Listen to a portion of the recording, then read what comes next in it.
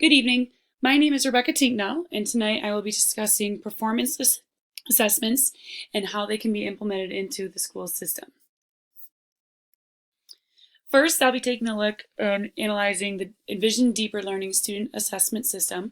Unfortunately, I work in a school district that does not have a performance assessment system in place, so therefore cannot compare and contrast the two different systems. However, I will be pinpointing some of the key components of the Envision program.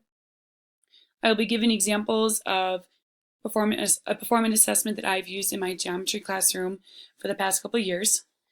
Since, like I said, we do not have a program in the South Lyon Community Schools District, I will be discussing the strengths and weaknesses or challenges that you may encounter by trying to develop a program.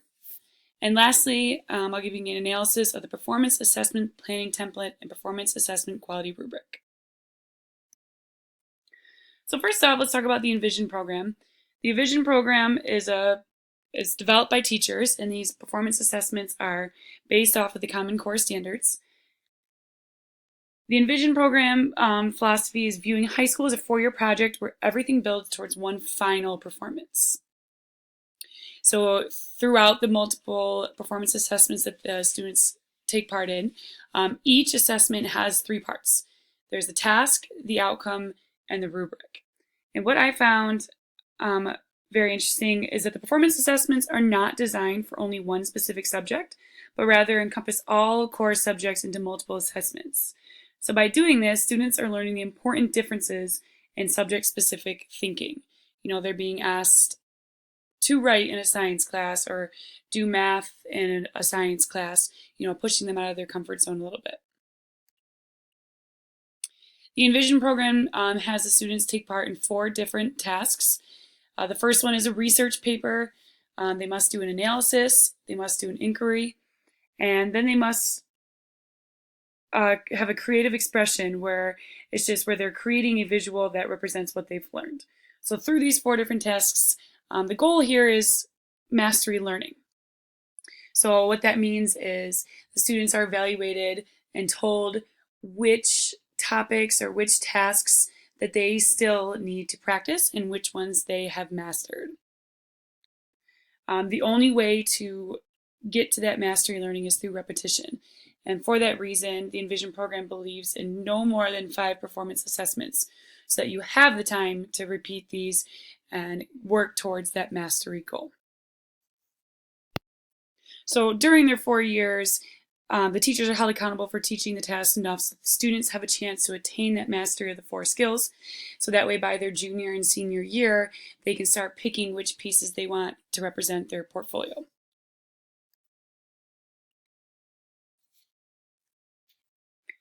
Since they are encompassing these performance assessments across different subjects, all the teachers use a common rubric. This helps with consistency and really helps those students work towards that mastery since they're given enough time, given multiple opportunities using that same rubric. The rubric uses a progression of emerging to developing to proficient to advanced with in-between categories. So offering 7 possible different performance levels that tell the student how they are performing and what they have mastered and what still needs more work. To keep the consistency, the teachers attend a week-long training session at the beginning of the year that orients them with a new performance assessment system. Then again, throughout the year, there are various professional development and weekly collaborative meetings that the teachers are able to use that time to score the rubrics and discuss student work again to keep that consistency there. I think what the Envision system does for a school is so powerful, and I think it really challenges the students and really shows whether they're learning the material or not. Like I said, South Lyon Community Schools does not have a system in place. We do have what we call subject area committees. These groups are made up of teachers throughout all the buildings. They're responsible for developing the curriculum for the core classes, writing. I think these groups would be a great group to develop these performance assessments. However, in our district, it's not been a priority to do so. Even though I'm not held accountable and I'm not asked to do performance assessments, I still have my students participate in them because I think it's a great way, again, for students to get feedback on whether they're mastering the goals, and for me as a teacher to see where are some of the gaps in their learning. I use performance assessments developed by the Mathematics Assessment Project. Right here is their website. They offer full-blown lessons or just simple tasks given a variety of math topics, so it's really easy to search through and come up with some of these performance assessments that will fit into the curriculum to where I find fitting. Here is an example of one that I've done. Oh, that's the rubric. It's called Circles and Triangles. So basically it's taking multiple skills of knowing properties of a square, of a triangle, of a circle, being able to state whether they're congruent or not. And it really just outlines it in a nice way that students have to explain, and it's not so much just a one number answer or such a straight shot. They have to really do some digging and use multiple skills in order to answer these questions. The rubric, unfortunately, let's pull that up, doesn't use the levels of performance like the Envision program does. I do like that rubric much better. This one is more of a straight, whether they got it or they didn't get it, they get a numeric value.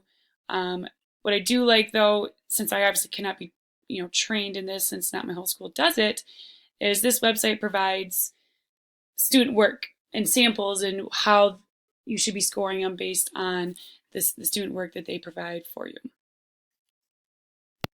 So I try to use those probably 3 to 4 times a year. The rubrics are different each time since they are giving a numeric value, but the way that the questions are worded and is pretty consistent, so the kids do get used to them and are continuing to be challenged.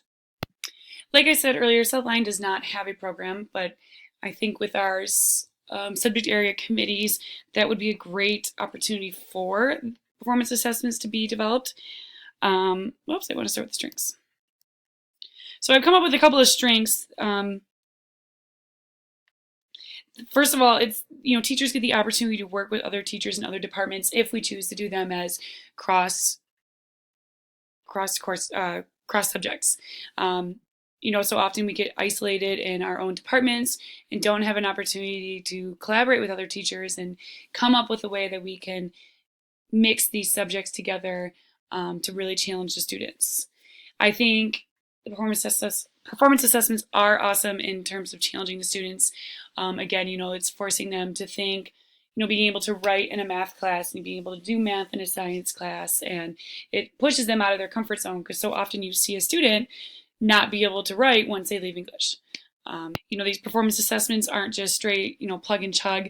We're asking them to think, we're asking them to analyze different topics, and in a math class especially, put more than one skill together. Another strength is once we use the time to create a performance task, it's there and you can use it year after year after year, with just maybe little tweaks in between when you find, once you've been using it, things you might find work better. But even though it may be expensive to create it first, once you do it, it's done. In addition, of course, they support the Common Core because, again, it's asking them to think at a deeper level than just, a multiple choice test or worksheet that most teachers use. When I think about developing a program in Southline, I can think of a couple of weaknesses or challenges, I guess, that we would see. There's a lot of different teaching styles in one building, and to ask teachers to switch up their teaching styles into a way that is actually teaching students how to do these performance tests, I think would be a challenge for quite a few people.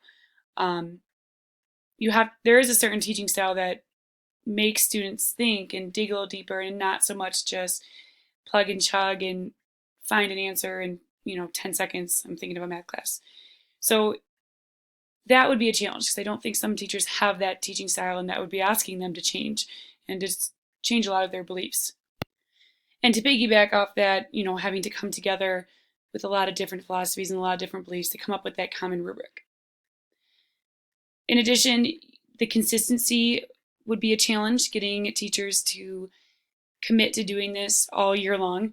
There tends to be a trend in Southline where, we get this new theme at the beginning of the year at our professional development, and teachers are excited about it and do it for the first couple months, and then the novelty just wears off. And unfortunately, the administration doesn't hold us accountable for that. And so I think it would be really great in the first couple weeks, first couple months maybe, and then it would just end. And if we don't do these frequently, then the students are never going to grow from them. They're never going to get a chance to get better at them since they're just so infrequent. So I think developing a program would be a really awesome thing to do, but again, there's a lot of challenges that would be met, and but then again, a lot of good things that come from that. Lastly, we're going to take a look at the performance assessment planning template, as I was provided by the Envision program.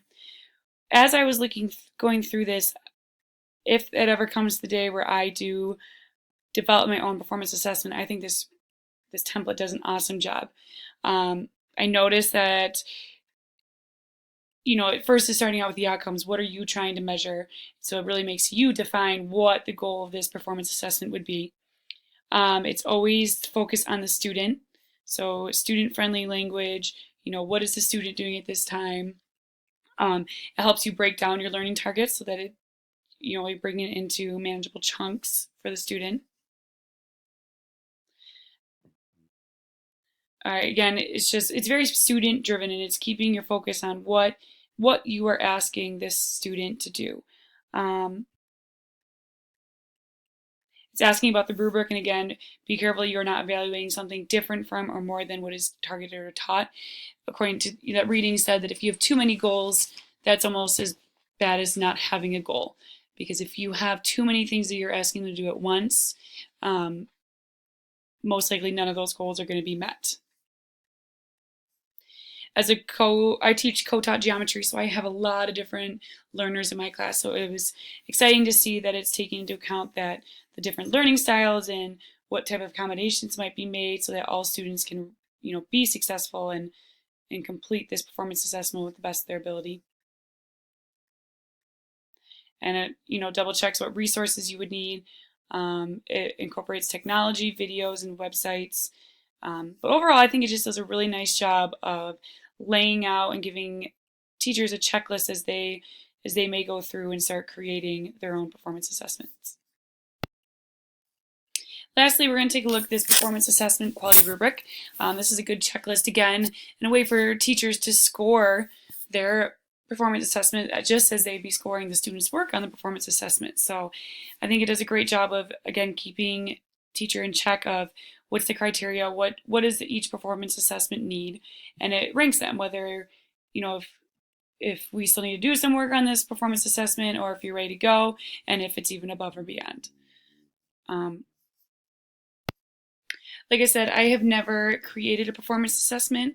I would like to have the opportunity to do so, but if when the day comes that I would, this is definitely something that I would check back with, using the planning template to organize my thoughts, and then using this rubric to score whether this performance assessment is going to be successful or not.